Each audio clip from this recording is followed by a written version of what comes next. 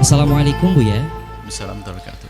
Bagaimana hukumnya jika seorang suami menikah lagi setelah istrinya meninggal, tetapi anak-anaknya melarangnya tinggal di rumahnya sendiri hingga ia harus tinggal di gubuk bersama istri barunya. Anak dari istri pertama hanya dua, satu perempuan dan satu laki-laki, tetapi rumah itu sudah dikuasai oleh menantu laki-laki. Apakah anak-anaknya berdosa Bu ya? Wassalamualaikum warahmatullahi wabarakatuh. Pertama kami sampaikan kepada para orang tua terlebih dahulu supaya seimbang, karena yang akan ditegur nanti adalah anak. Wahai para orang tua, jangan pandang anakmu selamanya sebagai anak saja, akan tapi harus kita pandang suatu ketika mereka sebagai seorang pria yang punya hajat pribadi, seorang wanita yang punya hajat pribadi. Maka kami ingatkan kepada para orang tua, jika menemukan anaknya sudah punya hajat untuk yang satu ini, untuk syahwatnya, maka jangan dihalangi. Sebab kalau tidak dihalangi, dia akan melakukan keharaman. Karena kebutuhan, syahwat yang bergolak, dan dia sudah tidak bisa menahannya. Kalau tidak kita beri kesempatan untuk melampiaskan syahwat dengan cara yang halal, maka dia akan melampiaskan dengan cara yang haram. Maka para orang tua jangan hanya pandai melarang, memberikan pengarahan iya. Akan tapi harus kita sesuaikan zaman ini.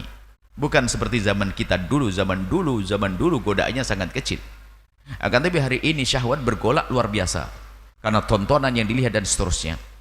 Sehingga ingin seorang anak mempunyai sesuatu yang halal, maka lebih baik kita segera rencanakan untuk anak-anak kita yang memang sudah umur untuk menikah, untuk segera menikah dengan cara yang baik, memilih dan seterusnya. Ingat wahai para orang tua, jangan sampai hanya mementingkan karir saja atau bahkan kuliah. Suatu ketika seorang anak mulai berterus terang kepada ayahnya, ayah saya pengen nikah. Rupanya ayah ini merasa gengsi, malu, baru masuk kuliah semester 1 sudah mau nikah, bikin malu saja. Nggak usah, nanti sampai selesai. Sang anak tidak berani lagi mengadu kepada ayahandanya, sementara godaannya sangat besar, syahwat bergolak. Sehingga betul seorang anak menyelesaikan sarjana sebagai sarjana ekonomi plus pezina yang tidak pernah diketahui oleh orang tuanya. Naudzubillah. Maka ini adalah nasihat buat orang tua. Kebalikannya, wahai anak, jangan pandang ibumu atau ayahmu selamanya sebagai ibu atau ayah saja, akan tapi pandang mereka seorang wanita atau pria yang punya hajat pribadi. Jika ibundamu sudah tidak ada lalu ayahmu punya hajat untuk menikah, jangan halangi untuk menikah. Jika ibundamu, ayahandamu sudah tiada misalnya, kemudian ibundamu punya hajat untuk menikah, tidak boleh melarang ibu untuk menikah. Justru itu adalah menyiksa seorang ibu, karena ada kebutuhan yang tidak bisa diwakilkan kepada siapapun kecuali dengan suami. Kalau kebutuhan makan, iya mungkin kita bisa menyuapi dan yang lain sebagainya. Akan tapi kebutuhan yang satu ini tidak ada jalan yang kecuali menikah. Maka termasuk kezaliman seorang anak adalah yang menghalangi ayahnya untuk menikah lagi, sementara ayahnya punya hajat ke sana. Termasuk sudah bahkan di dalam pembahasan fikih, wajib bagi seorang anak menikahkan ayahnya yang sudah tidak punya istri. Kalau ayahnya melarat, wajib menikahkannya, membiayainya. Kenapa? Karena di bawah naungannya. Dan jika seorang wanita memang punya hajat menikah, seorang anak nggak bisa melarangnya. Hati-hati. Asal kecemburuan sesaat, ibundamu yang ada sudah meninggal ahli surga insyaallah, atau ayahandamu sudah meninggal ahli surga, akan tapi ibumu yang hidup inilah jangan sampai naudzubillah menjadi pezina akhirnya mati su'ul khatimah, atau ayahnya menjadi pezina su'ul khatimah. Maka kami ingatkan kepada para anak, jangan pandang ibumu selamanya sebagai ibu saja, dan jangan pandang ayahmu selamanya sebagai ayah saja, akan tapi pandang mereka sebagai seorang pria yang punya hajat khusus dan wanita yang punya hajat khusus. Pikirkan untuk itu. Cuman kadang ada kesalahannya. Jadi seperti kejadian yang ditanyakan, kami tidak tahu kesalahannya di mana. Atau ayahnya tidak pernah memperdulikan, tidak pernah bicara baik-baik dengan anaknya, tiba-tiba menikah dengan orang yang tidak benar, bisa jadi itu kita tidak tahu. Yang jelas, seorang anak tidak boleh melarang dan tidak berhak untuk melarang. Bahkan kadang ibunya diusir. Ini kejadian. Kalau ibu menikah, ibu keluar dari rumah ini, innalillah. Ingat, hati-hati anak. Allah Maha tahu. Nyakiti ibundamu sengsara di masa yang akan datang. Durhaka pada orang tua. Hati-hati. Ini ada kejadian.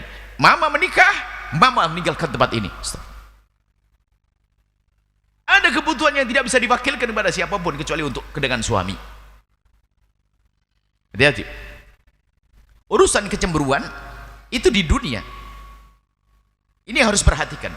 Adapun yang ditanyakan tadi, kita tidak tahu betul bagaimana cerita sebelumnya. Yang jelas, kalau memang seorang ayah sudah menikah dengan cara baik-baik, maka anak itu zalim dia. Dan dosa, tinggal menuai kesengsaraan saja karena durhaka kepada orang tua. Hati-hati. Oh, singkat sekali, durhaka kepada orang tua itu hukumannya cepat. Kesenangan yang dirasa hanya singkat. Lihat, hukuman durhaka kepada orang tua cepat sekali. Kami ingatkan, hati-hati. Sampai orang tuanya mohon maaf tersingkirkan, berada di gubuk reot, kemudian tanah dikuasai dan sebagainya. Kekhawatiran iya sah, tapi tidak boleh menjadi penghalang. Ada seorang anak khawatir ibunya menikah karena mau diambil hartanya oleh laki-laki tersebut. Kenapa? Karena laki-lakinya tidak benar. Berarti yang salah ibunya, kenapa menikah dengan laki-laki yang tidak benar? Maka lebih baik dimusyawarahkan bersama, kesepakatan bersama, mencari bersama-sama hingga ketemu orang yang tepat. Seperti halnya seorang orang tua, bapak dan ibu menikahkan anaknya, kan milih pasangan yang benar. Maka seorang anak bersepakat untuk milihkan pasangan buat ayahnya yang benar atau buat ibunya yang benar. Lebih baik. Akan tapi menghalangi adalah tidak diperkenankan. Tidak boleh. Karena itu adalah hajat pribadi yang harus dipenuhi dan tidak ada cara memenuhinya yang benar kecuali dengan cara menikah.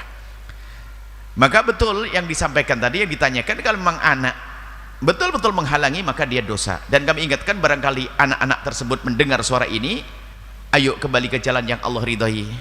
Panggil ayahanda, panggil ibu tiri untuk bisa duduk di tempat yang enak. Muliakan mereka karena itu adalah ayahmu. Ayahmu wajib kau hormati, ayahmu wajib kau muliakan. Adapun ibu tiri adalah kekasih ayahmu, dan tanda baktimu kepada ayahmu adalah berbuat baik kepada istri ayahmu, biarpun itu adalah bukan ibumu. Jadi ini harus waspada. Urusan-urusan kedurhakaan ini adalah karena emosi sesaat sehingga menjadikan orang daftar ke neraka, daftar kesengsaraan. Durhaka kepada orang tua membawa kesengsaraan. Bahkan kadang seorang tua itu menikah bukan urusan seks, hingga seorang anak menikahkan orang tuanya yang sudah sepuh. Karena apa? Seorang anak nggak akan mampu melayani urusan kebutuhan sehari-harinya dengan maksimal. Mungkin seorang ayahnya sudah sepuh, dia nggak akan mungkin meladeni, tapi dengan istrinya mungkin. Atau sebaliknya seorang wanita. Jadi kebutuhannya bukan urusan seks-seks saja, bukan, akan tapi menemani hidup yang halal. Kadang hal-hal yang sangat pribadi, dilihat anaknya mungkin tidak enak, tapi lihat istrinya aman dan seterusnya. Banyak manfaatnya di balik ini semuanya. Semoga Allah menjaga kita semuanya. Indah dunia, indah di akhirat. Tidak berbuat zalim kepada anak, tidak berbuat zalim kepada orang tua. Wallahu a'lam bissawab. Syukran jazilan Buya atas jawabannya. Baik, selanjutnya kami berikan kesempatan kepada hadirin jamaah untuk bertanya langsung kepada guru kita tercinta Buya Yahya dengan satu orang satu pertanyaan, diawali dengan salam dan sholawat. Kami mulai dari jamaah laki-laki. Bismillahirrahmanirrahim. Assalamualaikum warahmatullahi wabarakatuh. Assalamualaikum. Allahumma salli ala Sayyidina Muhammad wa ala ali Sayyidina Muhammad. Sebelumnya mohon izin kepada para jamaah pria apabila ada kelancangan dalam usulan pertanyaan saya. Semoga Buya Yahya diberikan kesehatan oleh Allah Subhanahu wa taala, dijaga oleh Allah Subhanahu wa taala, senantiasa dapat menyebarkan manfaat kepada seluruh umat. Amin amin ya rabbal alamin.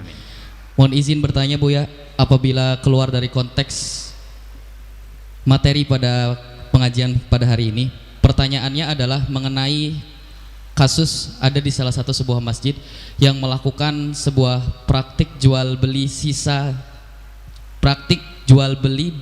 beras zakat fitrah, Bu. Nah, bagaimana pandangan ulama salafun soleh dan juga ulama kontemporer menyikapi hal tersebut? Apakah diperbolehkan? Dan adakah sebuah solusi pengelolaan yang lebih efektif dan bermanfaat bagi umat, Bu? Itu, Bu, pertanyaannya. Semoga terima kasih banyak atas perhatiannya. Semoga Bu Yahya diberikan kesehatan oleh Allah Subhanahu wa taala, dilancarkan dalam dakwahnya. Amin amin ya rabbal alamin.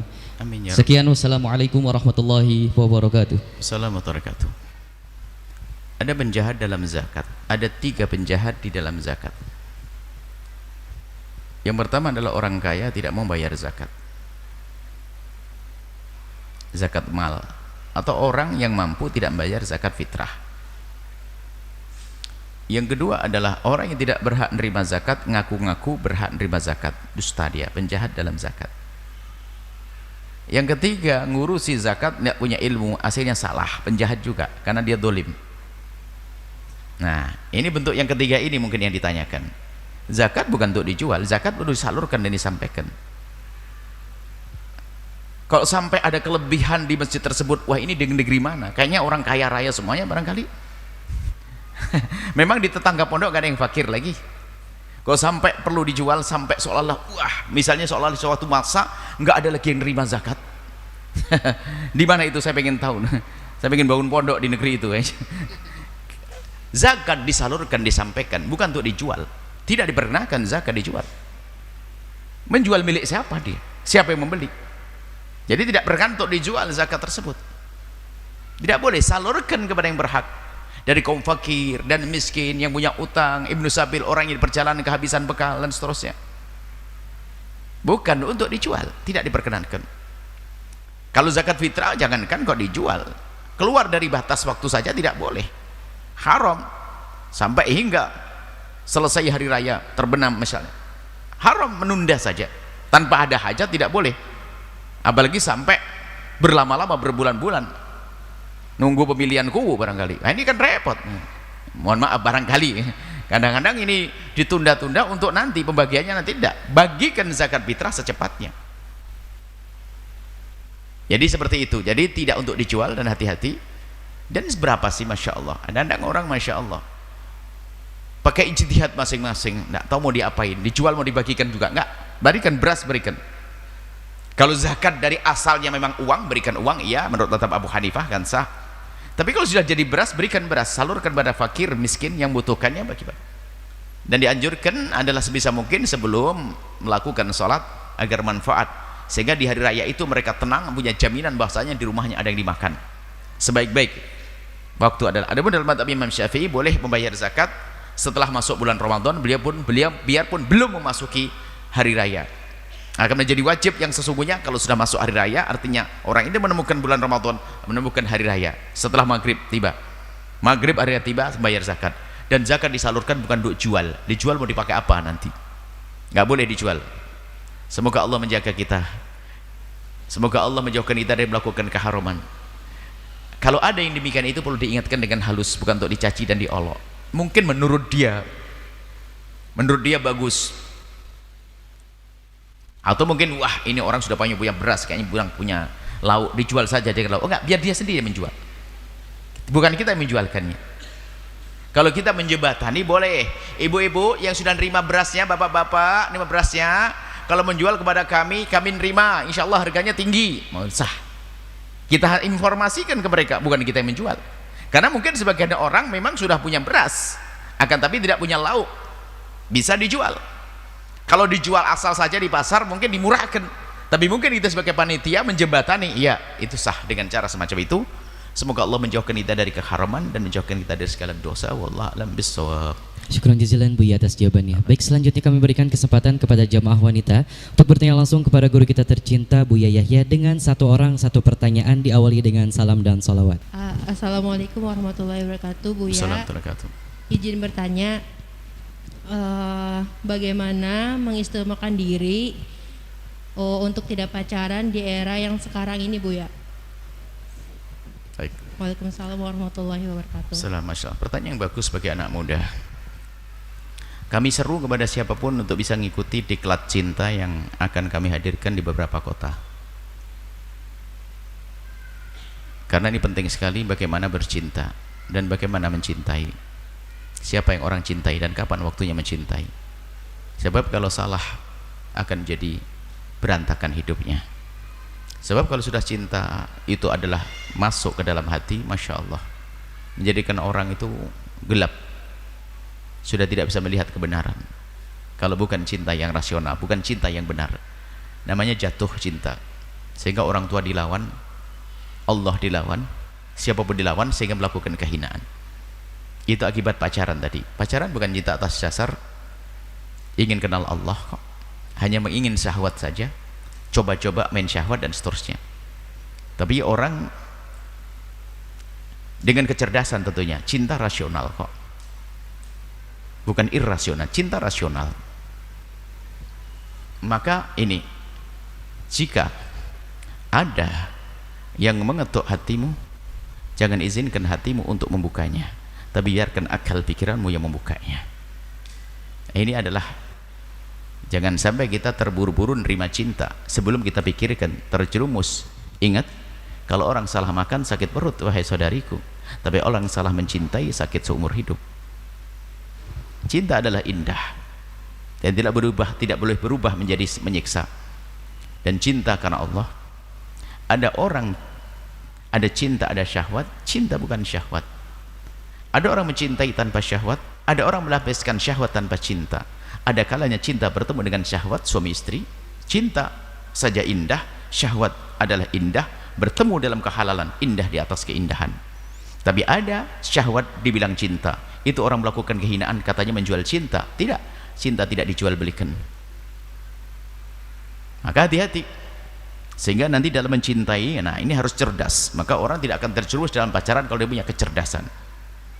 Mungkin perlu kita hadirkan ya, mungkin hadir dalam diklat cinta itu ada. Kita akan hadirkan di beberapa kota diklat cinta, bagaimana kita mengerti cinta. Cinta itu tidak serta-merta. Bohong kalau cinta serta-merta. Nggak ada kita ngelihat televisi orang cantik langsung bilang aku jatuh cinta, nggak ada. Pasti langsung ada pertimbangannya, mungkin, tidak mungkin, jauh dia di mana, dan sudah menjadikan kita tidak mencintainya kok. Apakah setiap kita melihat, Anda seorang wanita melihat laki-laki gandeng lewat di mobil pakai motor di jalan langsung jatuh cinta? Nggak mungkin. Ada prosesnya mencintai. Jadi nggak ada cinta serta-merta. Ada marhalah, ada fase-fase orang jatuh cinta. Cuman fase ini tidak dirasa, tiba-tiba memutuskan mencintai, dia tersiksa. Karena dia mencintai orang yang salah. Dan banyak orang mencintai orang yang salah. Di saat ditanya apa sih menjadikan sebab kamu mencintai dia, dia mengatakan geleng kepala, tidak tahu. Cintanya tidak rasional. Makanya gula Jawa rasa coklat. Dunia seluas daun kelor. Ini kan serba sibuk, serba repot. Nah ini baik. Jadi ada fase-fase mencintai. Wahai adikku, anakku, ingat, orang tidak akan serta-merta mencintai. Biasanya dimulai dengan kekaguman, cuman ini tidak disadari. Maka yuk menjadi cerdas.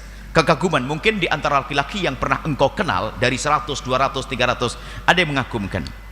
10 dari mereka mengagumkan tentang perilakunya, akhlaknya, sopan santunnya dan sebagainya. Lah kagum itu ditandai kalau dia lewat, mau tidak mau kita noleh. Biarpun kita tidak mencinta, hanya dia punya kekuatan untuk menjadikan kita harus noleh ke dia. Itu baru kagum. Setelah itu mungkin kita sering dengar ceritanya, laki-laki itu masya Allah baik, soleh, rajin ibadah, dengan ibunya baik, masya Allah. Mulai dari 10 tadi, dari ratusan menjadi 10 kagum. Dari kekaguman 10 itu menjadi mengerucut. Satu dari mereka kayaknya dia cocok banget dengan saya. Wah, kayaknya cocok banget dengan saya. Baru setelah itu kita gunakan akal kita. Kalau memang cocok dengan aku, dia baik, dia soleh, dia begini, dia benar baik, kan dipikirkan. Sebelum kita mencintai, lihat. Sebelum jatuh cinta. Kemudian setelah itu, wah dia benar. Saya lihat kriteria cocok, oke deh. Baru setelah itu apa? Berarti kalau orang yang perlu aku cintai adalah dia. Baru setelah berpikir bagaimana aku sampai kepada dia untuk menuju keabadian. Berarti saya harus menentukan hari ini aku akan mencintai dia. Belum mencintai. Lalu bagaimana prosesnya? Lihat umur, sudahkah waktunya aku untuk bercinta dengan dia? Kalau belum, ngapain saya main api? Kebakar nanti. Umur saya, mungkinkah orang tua saya nanti mengizinkan? Atau bagaimana? Ini pertimbangan akan terus bergerak di otak, berjalan di pikiran kita. Kalau ayah ibu sudah oke, ini baru melangkah. Nyuruh orang untuk melamar dia, biarpun Anda perempuan. Tidak diterima, nggak sakit, kita belum jatuh cinta kok. Diterima menuju keabadian. Jadi mulai dari fase kekaguman, kecenderungan, memutuskan untuk diabadikan. Selagi tidak menuju keabadian, pasti bukan cinta. Mau cinta kok nggak mau abadi? Masa cinta, aku I love you seminggu saja ya? Nggak ada. Nggak ada, aku cinta kepadamu setahun saja, nggak ada, pasti menuju keabadian. Maka semua cinta yang tidak menuju keabadian pasti kita bohong. Jadi langsung kita berpikir untuk mengabadikan cinta, sehingga nggak akan mungkin perempuan semacam ini gampang tergoda gara-gara I love you, ya aku padamu, nggak ada. Dibilang aku padamu saja sudah bingung, salah tingkah, nggak ada. Jadi nanti belajar ilmu cinta, wahai adikku, anakku, itu penting sekali. Ingat, harus belajar ilmu cinta dan jangan diobral cinta. Kemudian jangan gampang percaya cinta padahal itu adalah syahwat. Seorang wanita sering terbohongi oleh kaum pria yang hanya ingin menikmati dengan syahwatnya, bukan mencintai yang sesungguhnya. Bahasanya bahasa cinta, rayuan gombal. Kalau sudah kena panah asmara, dia lumpuh dia. Nggak bisa menolak apa-apa, iya, melakukan keharaman iya atas dasar cinta. Maka hati-hati, gunakan akalmu. Panjang ceritanya, ini mukaddimah saja biar suatu ketika di saat kita mengadakan diklat cinta mau hadir. Kita pernah mengadakan di beberapa tempat diklat cinta untuk anak muda, tapi anakku yang datang mak-mak banyak. Bingung akhirnya kita ini, harus dirubah topiknya.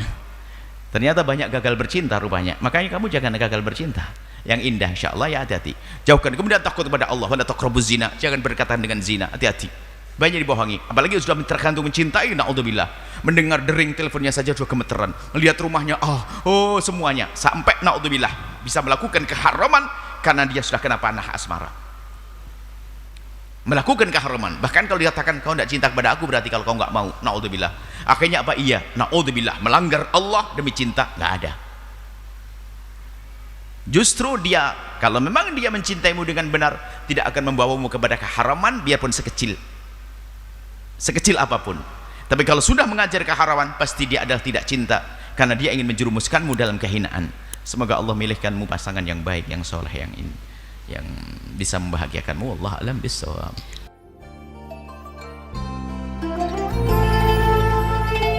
Sahabat Al-Bahjah TV, setelah menyaksikan video ini, jangan lupa bersolawat kepada baginda Nabi Muhammad. Shollu ala Nabi Muhammad. Allahumma sholli alaihi wa ala alihi wa sahbihi.